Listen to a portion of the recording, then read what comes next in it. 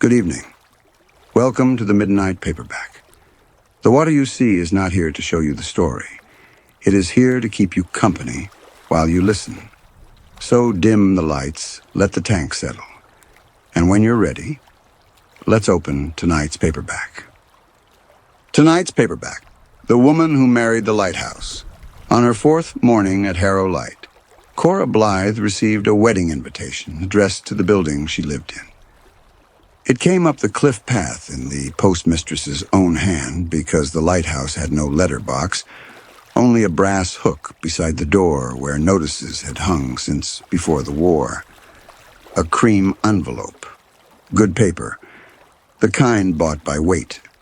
On the front, in copperplate, gone slightly brown with age, Harrow Light, Wexcombe. No family name, no number. Inside was a single card. The town of Wexcombe requests the honor of your presence at the wedding to be held at Harrow Light on Midsummer evening, the 21st of June. Below that, two lines had been ruled in pencil, close together, the way lines are ruled when names are meant to be written on them. Both lines were blank. She carried it down to the village that afternoon and set it on the post office counter, like something that embarrassed her. "I think this reached me by mistake," she said. Maud Kelsey, who had kept the Wexcombe post office long enough to remember it selling paraffin, looked at the envelope without touching it. "No mistake, dear," she said. "It's early." "Early for what?" Cora asked. "Who's getting married?" "Midsummer's a way off yet," said Maud, which was an answer to neither question, and she turned to the scales and weighed a parcel that did not appear to need weighing. Cora walked back up the cliff path with the envelope in her coat pocket. She had been in Wexcombe 4 days, long enough to buy bread, to learn the tide table, to be called dear twice by women she had never met. Not long enough, surely, for anyone to be planning her a wedding. She pinned the card behind the kitchen door, where she kept the tide table, and did her best to find it charming. Part 1. The Light at Harrow Point. The advertisement had run in the back pages of a coastal property circular between a boat for sale and a chimney sweep. 4 lines of type. Wanted. Caretaker for a decommissioned light. Cottage provided. Stipend modest, duties light. Must come unaccompanied. It was the last line that decided her. Everyone Cora knew would have read it as a warning. She read it as a courtesy. She was 51 that spring. Gerald had been dead 14 months, and the house they had spent 19 years filling and then quietly dividing had finally sold, and his side of everything was boxed in her sister's garage, and people had begun to say to her kindly that it was time to think about what came next. They said it as though she were recovering from an operation. Cora let them. It was easier than explaining that the operation had happened years before the funeral, and that what they were calling her grief had a second name she did not intend to give it. Gerald had died in the night, in the guest room he had called his study for so long that both of them had stopped hearing the lie in it. His heart. The doctor said he would not have woken. At the service, she had cried through every hymn, real tears, and could not have told a living soul what they were for. Grief was in there. So was something she refused to look at directly. The way you are taught not to look at the sun. She wrote to the box number the same week. The town council of Wexcombe replied in 9 days, offering the position to Mrs. C. Blythe on the strength, apparently, of a 1-page letter in which she had said almost nothing true except that she was alone and reliable. Perhaps that was the whole of what they were reading for. The man from the council met her at the harbor with 3 keys and no ceremony. Cottage, oil store, tower. He was a broad, pleasant man with a diary full of other business, and he walked her out along the cliff path to Harrow Point at a pace that said the walk was the tour.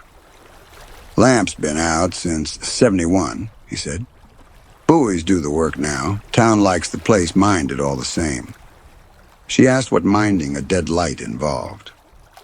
Being there, he said, as if that were a duty like any other. And then at the door, sorting the keys into her hand. You'll find it a friendly place, Mrs. Blythe. Wexcombe looks after its keepers. The cottage was joined to the tower at the hip, whitewashed, low ceiling, warmer than she had let herself hope. Someone had aired it. Someone had left tea, matches, a loaf, and a jar of honey, with a square of gingham over the lid, and no note with any of it.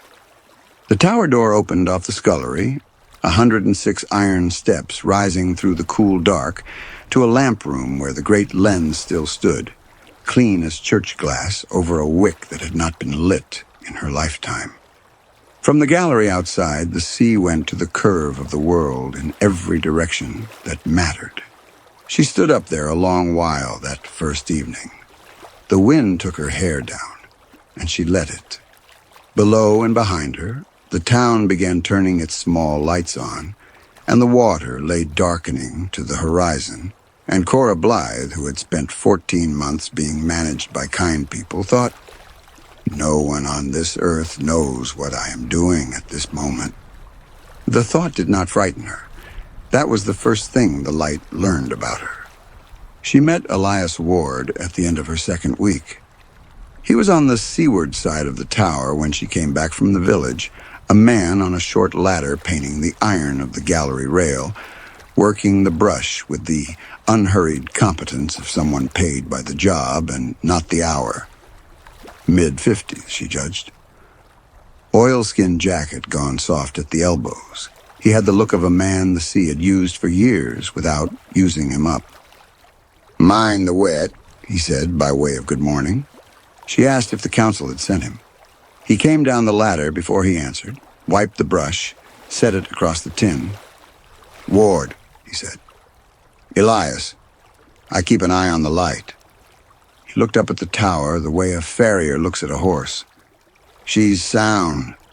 Rail wants paint every spring, that's all." She assumed that was a yes. He had the manner of council work. Things attended to without being asked, no invoice ever mentioned. In the weeks that followed, he was simply about the place, as weather is about a coast. He cleared the gutter on the oil store. He eased the scullery door that had swollen shut. He showed her how the lamp room vents worked, and which of the 106 steps was a liar in wet weather, and where the cliff path shed stones in a north blow. He did not chat.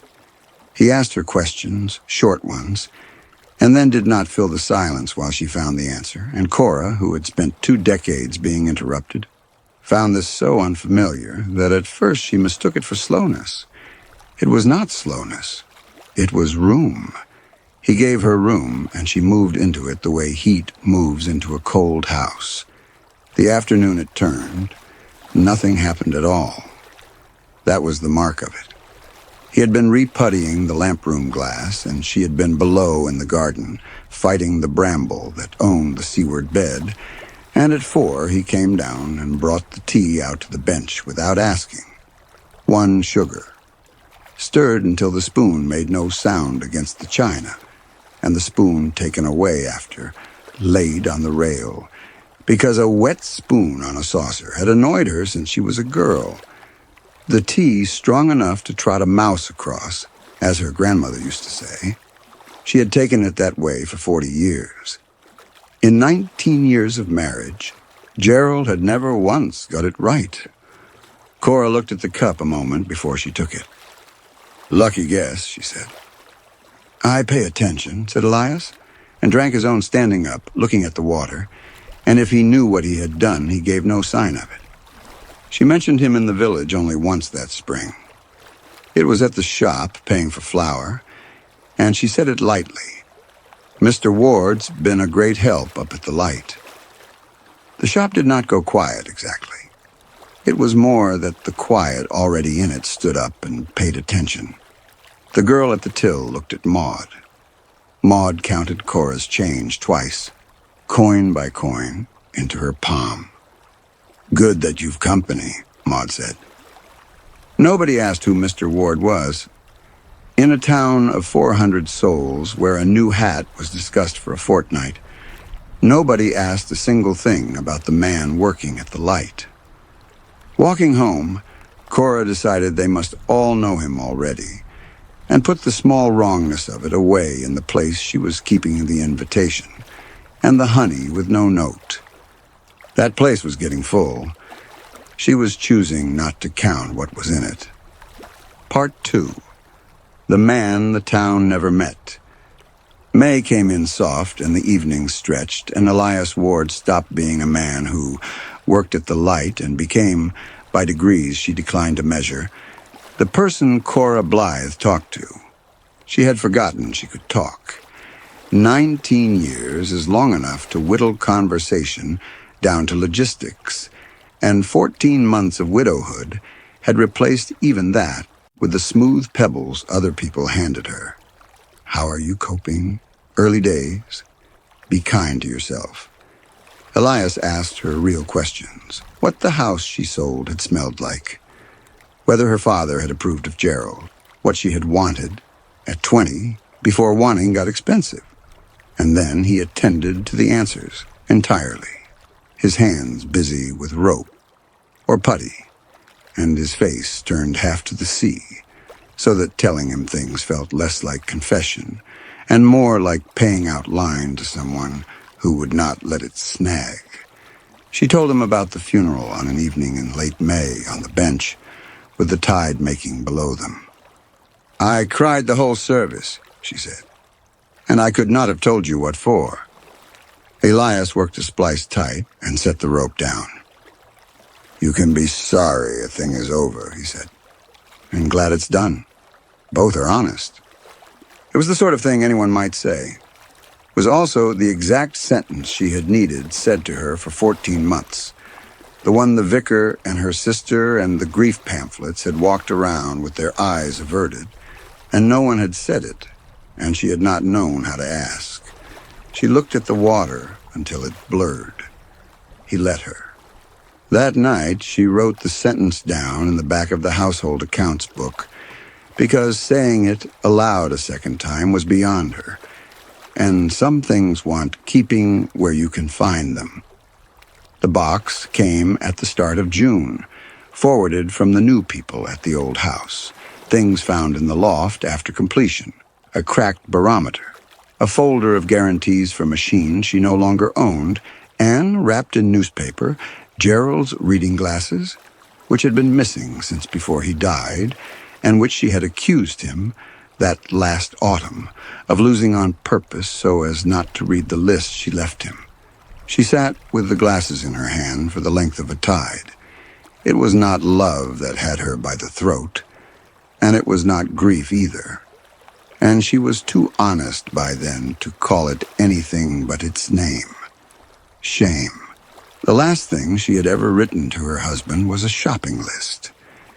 Elias came in at dusk and saw the box and the glasses and her face, and did not console her.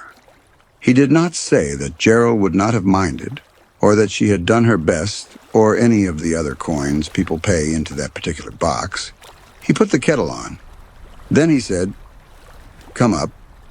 I want to show you something while the light lasts," and took her up the 106 steps to the lamp room, and set her hand on the crank that turned the great lens in its bath of mercury, and had her turn it, slow, until the whole assembly swung its tonnage round as easily as a garden gate. "Look through her now," he said. She looked. The lens took the last of the western sky, gathered it from every quarter, and folded it into one bar of gold across her hands.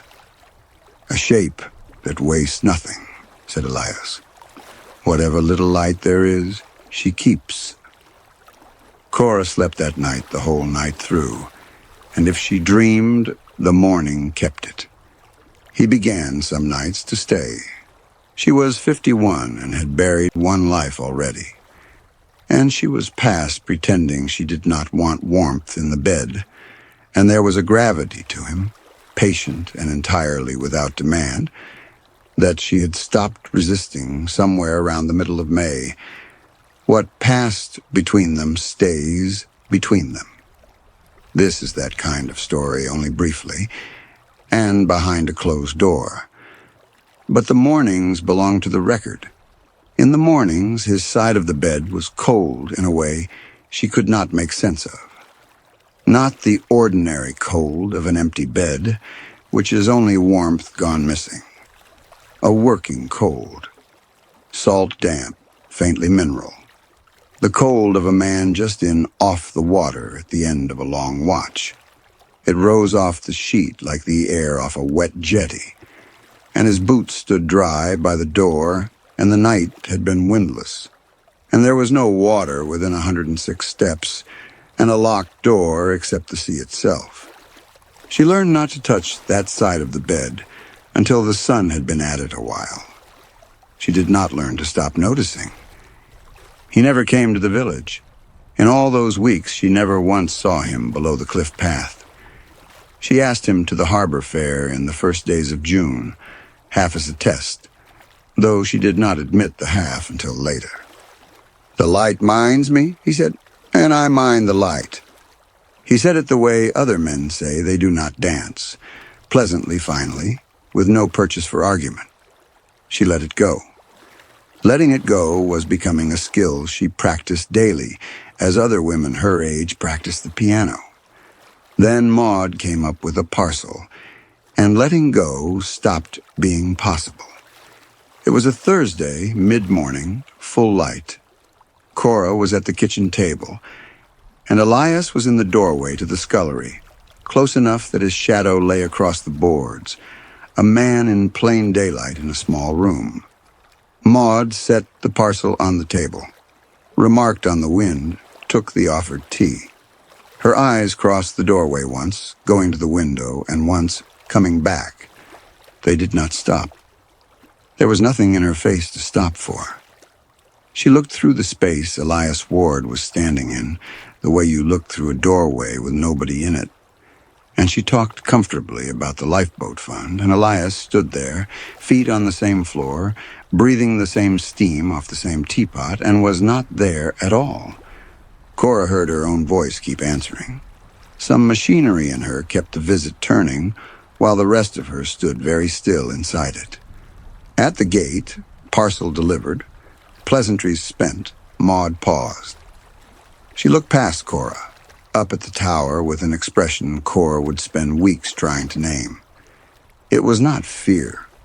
Fondness was closer. The way you look at a difficult relative who has, on the whole, been good to the family. "Whatever you found up here, missus," she said. "Keep it. The town doesn't begrudge a keepers their company." She was halfway down the path before Cora could arrange one word into another. What Cora did next, she did in the practical order of a practical woman, and this should be said for her. She did not flinch from it. She wrote to the Coast Authority. The reply came in 10 days, a photocopied page of tower history with a compliment slip. Harrow Light, first lit 1852. Lamp extinguished October 1971. No keeper employed at the station since automation. The councilman, cornered outside the church, was cheerful and no better. Caretakers. Oh, yes. "You be the 9th since the war, Mrs. Blythe." "And Mr. Ward," she asked. "The man who does the maintenance?" He looked at her then with a kindness she was learning to recognize and dislike. The kindness of a town holding a door for someone, and said, "You'd be the 9th." She went through the churchyard on a Tuesday, reading headstones like a woman checking sums. It was an old yard for a small town, walled, salt-bitten, older than the light. There were Kelseys by the dozen. There were Prewitts and Hales going back past the legible. There was no Ward anywhere in it, not one, not in 200 years of Wexcombe burying its own. She had gone half hoping to find him.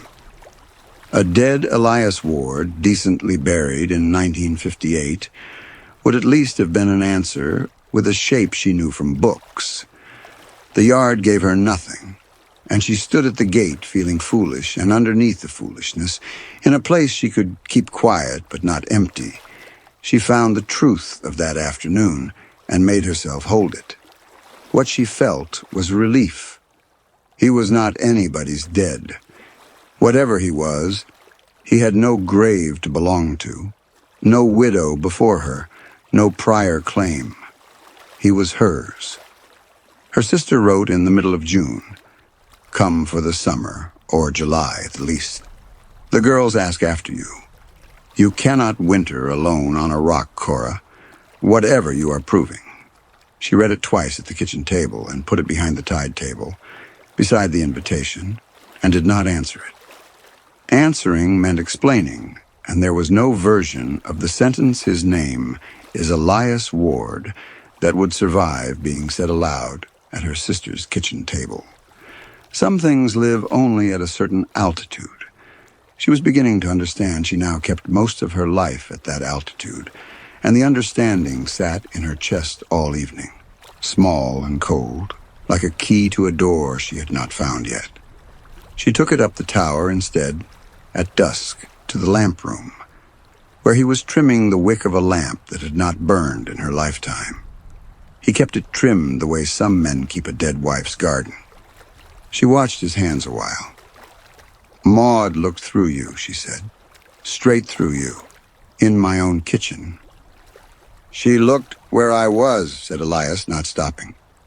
"Through is the wrong word." "Then what is the right word?" He finished the wick. He set the scissors down on the brass, squarely, the way he set every tool down, and he looked at her. And his face, in the last light, was the same weathered, patient, ordinary face that had been painting a rail the day she met him, and that was somehow the worst of it and the best. "I'm not hers to see," he said. Cora was brave in the way of people with little left to lose, which is the only place that kind of bravery grows. She asked the question underneath. "Then whose are you?" "Yours," he said, plainly, like a man stating his trade. "To the last brick." She chose that night to hear it as a lover's exaggeration. But some part of her, the part that kept its own books, wrote it down word for word as testimony. Part 3. Midsummer. June ripened. The invitation behind the kitchen door stopped being charming.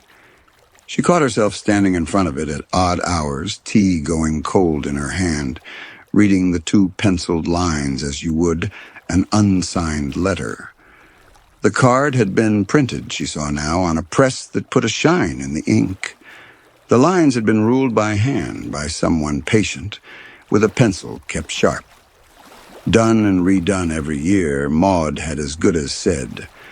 A town that could not name the couple, and would not miss the date.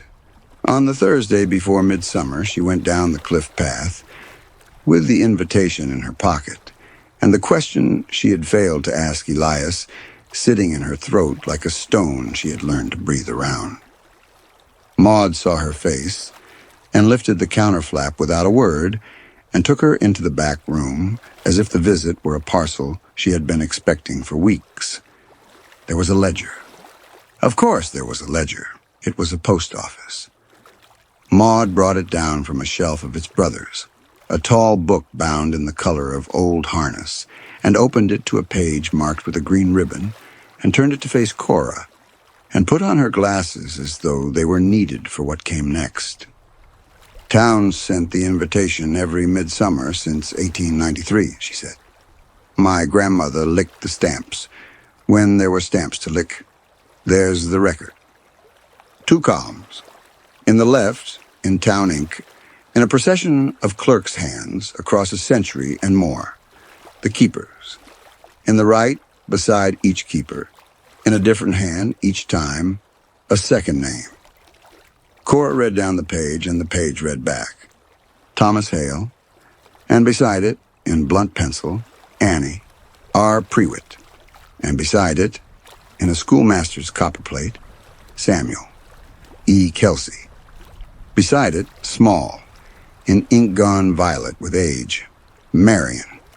Names going down the page like soundings on a chart. The left column was carved on half the stones in the churchyard. The right column was buried nowhere at all. "Who are they?" Cora asked, meaning the right-hand names. Her voice came out level, which surprised her. "Couldn't tell you, dear." Maud took her glasses off. "Town never met a one of them. Keeper writes the name in some year or other when they're ready. That's all the meeting we get. You've been asking round the village," she went on, "and there was no unkindness in it. Who your Mr. Ward is." "Wrong question, missus, if you'll pardon me. He's whoever you needed. They always are. Hale's Annie, Prewitt's Samuel, and Prewitt a schoolmaster with a wife in Bristol, mind, which the town did not discuss then and won't start now. The question worth your while was never who." She closed the ledger gently, the way you close a door on a sleeping child. "The question is what you'd be marrying." The room did what small rooms do around a sentence like that. The kettle ticked on its trivet. Out front the shop bell went, and the girl's voice and the ordinary world carried on selling stamps 4 feet away. Cora asked, "What happens at Midsummer?" "The lamp burns," Maud said. "Dead since 71, not a drop of oil in her, and midsummer night she burns dusk to dawn. Town watches from below, always has. Next morning the harbor's the same as ever and the tower's dark again, and there's a new name in the book, if there's to be one. We send the invitation so that somebody, at least, has said the word wedding out loud. Nobody attends? It was never for us." "And the keepers?" Cora asked. "After." Maud considered her, and considered the shelf of ledgers, and picked her way. Hale stayed 41 years, died in the cottage with the lamp burning out of season, and the doctor put down his heart, and the town put down what it pleased. Prewitt went to his sister's in the end and lived to be old and never spoke of it and never married. Some go, some stay. There's no pattern to lean on, if that's what you're asking. There's only what suits. Cora stood with her hand on the strap of her bag. The invitation was in her pocket. She had come down, she realized, to return it a second time, and she was not going to, and they both knew it. So she asked the last question instead, the one under all the others, the one she had been carrying up and down the cliff path for a fortnight. "What happens if I leave?" Maud looked at her a long moment, and for the first time that morning, something in the old woman's face was sorry. "Nothing, dear," she said. "Nothing happens. You'd pack your case and catch the Tuesday bus, and the town would wave you off from the harbor. And come spring, there'd be a new advert in the circular. The light keeps nobody who'd rather go. Never has." She smoothed the ledger's cover with the flat of her hand once. "That's the worst of it, to my mind, since you ask. A trap you could pity yourself in. This is a door stood open the whole while you decide you'd rather not use it." Cora walked back up the cliff path in the long gold evening with the sea flat as hammered metal below her, and she did not remember the walk at all, and Elias was at the rail where she had first seen him, not painting, only standing, watching her come up the path the way you watch someone whose footsteps you know at any distance. She stopped an arm's length away. She had rehearsed nothing. The rehearsing part of her had resigned somewhere on the path. "I know what you are not," she said. "You are not on the council's books. You are not in the churchyard. You are not in Maud's ledger, except as a blank the width of a pencil line. "Tell me one thing you are." "Patient," said Elias. The word went through her like cold water taken too fast. Not because it frightened her, because it was exactly, precisely, the thing itself. And she had known it since the tea and the spoon and the silence he left for her answers. And hearing it aloud only moved it from her, keeping into the open air between them. "If I go," she said. "If I pack the case and catch the Tuesday bus." "Then you were a good year," he said. "And the light stands, and the tide comes in." She waited for the rest. The flicker, the bargaining, the small cruelty that lives at the bottom of every human plea. The pleas that had been under everything Gerald ever said in the last years. "Please do not make me change. Please do not ask." It did not come. Elias looked at her the way the sea looks at a shore, as if time were on his side because it was all sides. There was no threat anywhere in him, and no grief either, and she understood that she could walk past him this minute and pack, and he would carry her case down to the bus, and the last thing she would ever see of him would be a man on a harbor wall, growing small, belonging completely to the place that made him. And Cora Blythe, on her own doorstep, between a dead marriage and a thing wearing the shape of a living one, finally did her accounting honestly. She had loved Gerald at the start. That was true, and she made herself keep it. There had been years of real weather in that house, a decade at least before it settled into its long calm. But the calm was the part she had never audited. Separate rooms, gentle manners, conversation gone to logistics, a marriage that asked nothing of her and gave the same, and she had called it failure and mourned it as failure and worn the word widow like a coat cut for a different woman.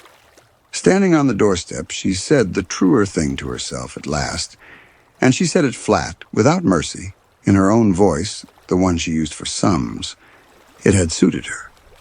Being asked for nothing had suited her all along. Gerald's dying had only embarrassed her by making the arrangement permanent. And grief had been the polite name she gave the exposure. Her whole life since the funeral had been one long flinch from that fact. And the flinching was done now, worn out on a cliff path. And what stood in front of her at the end of it was a man who would never tire, never turn, never take to a guest room by degrees, a man who could not die and so would never leave her alone to account for what she had wanted. Loving him was the easiest thing she had ever done. Nothing about him cost her anything. She looked at that sentence the way she had looked at the blank lines on the card, and she understood, at 51, standing in the wind with her hair coming down, that it was the most honest description of her heart's whole want that anyone would ever write. The horror of it arrived then, quiet and complete, and stood in her like a lodger and did not leave. She said it to herself plainly. Nothing had happened to her. That was the whole of it.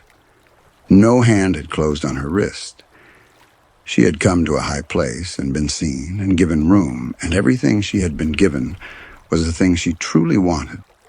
And there was a bus on Tuesday. And there would always be a bus on Tuesday.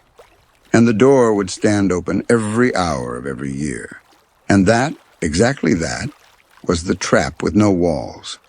She was free and known, and she wanted to stay. Elias picked up the paint tin and the brush and looked at the rail and then at her. "There's light enough left," he said, "to do the last of it, if you'd hold the ladder." She held the ladder. The sun went down the sky.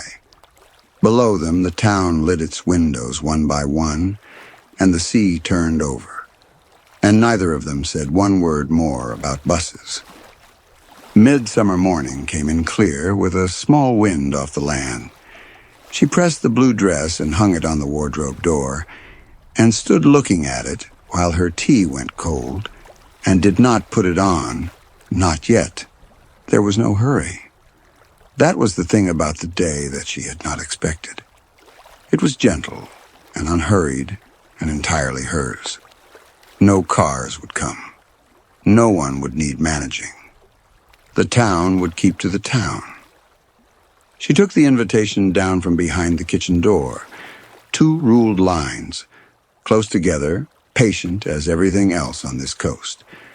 At the table, in her own hand, in the ink she used for letters, she wrote on the first line. She looked at the second line for a while. Then she left it as it was and stood the card against the honey jar, where the light from the window crossed it. Some things fill themselves in. Her wedding ring she worked off over the knuckle, which took soap now, and set in the saucer by the door where the keys lived. Off her hand it looked small and old-fashioned, and like something recovered from a wreck. 19 years, sitting in a saucer, weighing less than the keys. The last thing she did before the stairs, while the kettle came to the boil behind her, was open the book that had long since stopped being about household accounts, and write one final line under all the others, and blot it and close the cover. From the top of the tower or from a seat on the Tuesday bus, either way the sea will look the same. I want to find out whether that is true. The last page. The entry is dated the 21st of June. There is nothing after it. Not a torn edge, not a page removed. Just the rest of the book, blank, the way a life goes quiet when it stops needing to explain itself. The woman who read it had come to Harrow Light in October, 3 years after the date on that last page. She had found the book her first week, in the window seat, under a folded blanket that smelled faintly of salt, in a cottage that had been aired for her arrival by hand she never saw. Tea in the caddy, a loaf, a jar of honey with a square of gingham over the lid, and no note with any of it. The advertisement in the circular had said, unaccompanied. She had read the word 3 times on the worst evening of a bad year, and thought, that was written for me. She read the book through in one evening, by lamplight at the kitchen table, while the sea worked at the base of the cliff, and the reading took her past midnight, and she did not once get up, except to move the invitation that was pinned behind the kitchen door, because it was crooked, and it bothered her. When she finished, she sat for a while with her hand flat on the cover, the way you keep a hand on a thing that might otherwise open again on its own. The cottage was quiet. The tide was making. It was late, and October, and no hour to go up 106 iron steps in a strange dark tower, and she went anyway because the last line in the book had left a door open in her, and she was tired, all the way to the bone, of doors she did not use. The stairs led her out into the wind. She stood on the gallery with her coat gripped shut at the throat, and the whole dark sea in front of her, running to the curve of the world, saying the one thing it says. Far below and behind, the town kept its few lights. The lamp-room glass at her back was clean as church glass. They had told her, down at the harbor handing over the keys, that the lamp had been out since '71. Standing there, she found she was not cold, or rather the wind was cold everywhere except along her left side, close as a shoulder, where the air kept a different cold entirely, salt damp. A working cold, faintly mineral, the cold of someone just in off the water after a long watch, standing beside her at the rail, in no hurry at all. A cold you could learn to keep your tea warm against, given years. She had been told the light was dead. Nobody had said it was empty.